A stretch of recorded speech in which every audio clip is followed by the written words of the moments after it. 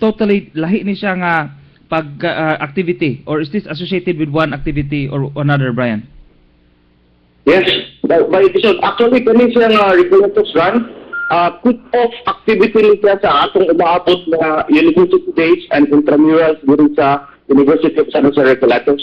At the same time, initiative project niya sa ato ang USJR Alumni Association, na whose purpose is to put up more scholarship grants for those deserving students but unable to enroll in our university because of financial constraints. Dito ti attorney kay naay kuan din ni attorney naay for a cost din for a cost, no. And then pareha sa atong gibuhat murag makapadata og mga eskwela. Para murag naay align ni siya bright to send a scholar, no, katong mga gustong magpa-enroll sa Jose nga di kay eskwela in town. Yes, pero merong tumong na to, Edison. Brian, ang mga registration areas asa yes, that's a good question, attorney, no? Asa sila mo adto, Brian, or asa may mo adto ko magpa-register mi sa maong run for a cause?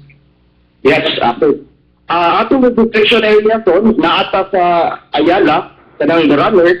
Okay. Naata sa may Mandawi kanang Infinity kanang balianan og kape og tea sa may Mandawi. Nasa sa tuwang USJR main campus and Batak campus. Yeah, pwede na sila makatawag for more details. Just call 253-7900, local 219, or direct line na to is 255-3060. Alumni office mo siya na to. Kana yung giingong preta nagkape, attorney? Kana yung preta nagkape, Mauro? Kanang sa may atubangan sa Palace of Justice sa Mandawi, right? Or mauna diha dati sa doon sa Park Mall. Doon sa doon sa Infinity ang pangalan niya. O sa ikon? Ngalan? Infinity. Kanang mga tea pero mga kape o Infinity. Okay, sige. TTS Mandawi. Anyway, Bray, once again, tagaan ka na mo gigayon diri sa atong programa. Of course, no? Ako, Husinian Msagko, although graduado sa ko sa CIT. Asa man ang ruta niya ni Bray? Ruta. Yes, ang ruta na to ani. RP, padong. Ikan sa Plaza Independencia, ari na ta, lahos na ta sa may South Reclamation Property na to. Nga na ta magtuytuyok. So start point, Plaza Independencia, end point na to, Plaza Independencia. Nalindot ni siya nga run, kay makapiling sa danguban na dili ganang harmudagan, na kay Zumba hangtod mahuman ang run.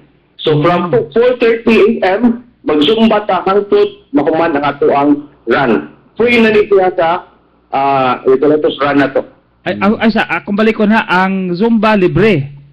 Yes, free ang Zumba na to. Mura ni siya, pakapin lang ni siya pa ato ang run. So kung parehistro sila dito, okay na, kung dito ganahan mo dagan, aray lang sila sa Zumba sa may Plaza Independencia. Which is equally healthy.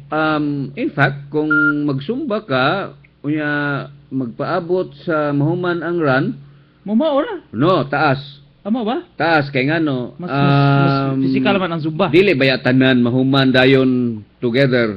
So sa ato pa, kanang 16 ha, I would estimate that one, kung 16 ka, mahuman na in 2 hours and a half. 2 hours and a half or 3, give or take 3. 2 hours and a half and 3, or 3. So lilimang ka niya na, ako nahuman akong dagan in 2 hours, ikaw nagsumba paghapon ka, kaya nagpaabot ka sa last ni runner. Tinod. Anyway, Bri, once again, I will give you a chance to invite our listeners, and watch out sa imuhang sa ato invitation po sa online. Go ahead, Brian. Okay. Ako lang ipuna by this one, mga registered fees na to. For 16K, we have 500 pesos. 6K, 400 pesos. 3K, 350 pesos. Kaya kaditanan categories, inclusive na niya of a singlet, raised beef, and refreshments na to. So natay snacks after sa ato ang Recoletos run. So once again, September 6, 2015, 4:30 AM ato assembly time, Plaza Independencia for our Recoletos run. Alright. So thank you kayo by Edison. Why problema, Bri, anytime. And ako sad, personally, akong gi-invite ang mga Hosenian, Karaan, Bag-o, Tiguwang, Batanon, Byuda, Gibiag Uyab, Gibiag Asawa, Gibiag Bana, magtapok ta, it's a good opportunity sir, magkakita-kita pareha ganina ato ni. Imong classmate nimo sa sa customs. Actually, sige lang, kabo ka kanagong diha nga dapita ba? Seldom mas mayo na nga kwan bray venue ninyo kay una-una seldom nga ang dagan sa kasagarang dagan di gyud manukad sa Plaza Independence. Correct.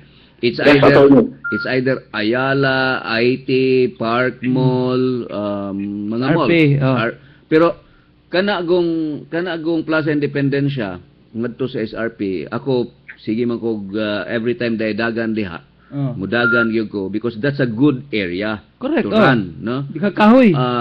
Una-una murag there's a certain kind of touch by kanang igsaka gyud nimo sa bayadak. Igsaka nimo bayadak ba nya adto ka dagan ka. Ang ako gyud hunahunahon ba sooner or later di na kang kadagan dia. Correct. Kay igbutho ang mga dagkong building diha. Di na napadaganan diha. And I tell you, Bri, para sa nako siguro significant kay na diha attorney kay na diha ang rebulto sa unang mga Recolito nga naabot diri sa Pilipinas, sir. Yes, hello, that's what I did. Kanang would you know, Bri, pila na katuig na nabay kanang first time ni abot diri mga Recolito? Murag sobra lang ka 100 years na siguro siya, son. Present in the Philippines, of Recoletos.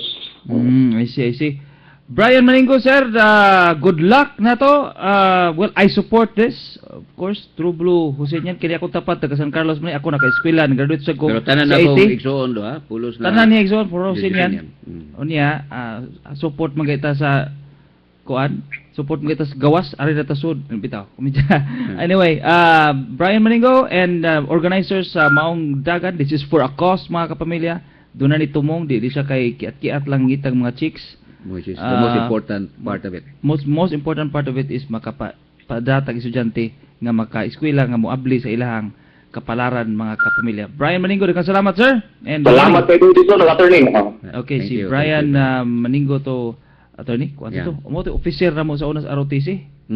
Kuanto kanang gentleman pero ligon pod. Nya ligon sa siya paimnon di mahubog. Kani sikreto siguro ni Brian. Lagi mga taong taas kayo og tolerant sa alcohol. Anyway, that's the run coming hapit na dili na siya magdugay, moabot na siya mga kapamilya ato ng suportaran.